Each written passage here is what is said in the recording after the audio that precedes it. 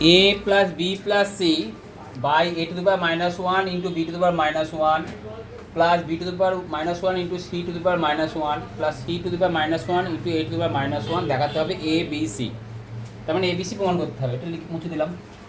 তাহলে আমরা জানি a to the power minus m মানে কত লিখতে পারি বলো? 1 by a। 1 by a to the power m। তাহলে আমি এটা লিখতে পারি উপরে যেটা ছিল সেটা লিখে দিলাম, আর নিচে এটা 1 by a into 1 by b plus 1 by b into 1 by c plus 1 by c into 1 by কত a।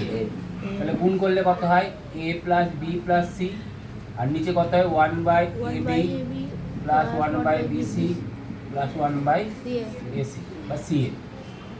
তাহলে a plus b plus c থাকলো পরে, আর নিচে লসগু কত হলো বলো? abc লসগু হয়। তাহলে abc কে a দিয়ে ভাগ, ab দিয়ে ভাগ করলে কত পড়ে থাকে? c।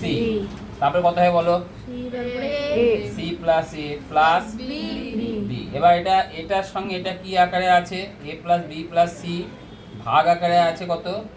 c plus a plus b ভাগ কত? abc। এবার ভাগ তাহলে কি হয়? উল্টে অন্য হয়, গুণ হয়। তাহলে a plus b plus c into কত হয় উপরে বলো? abc by a plus b plus c। কেটে গেল কত অ্যান্সার হয়? abc answer. বুঝতে পারলে?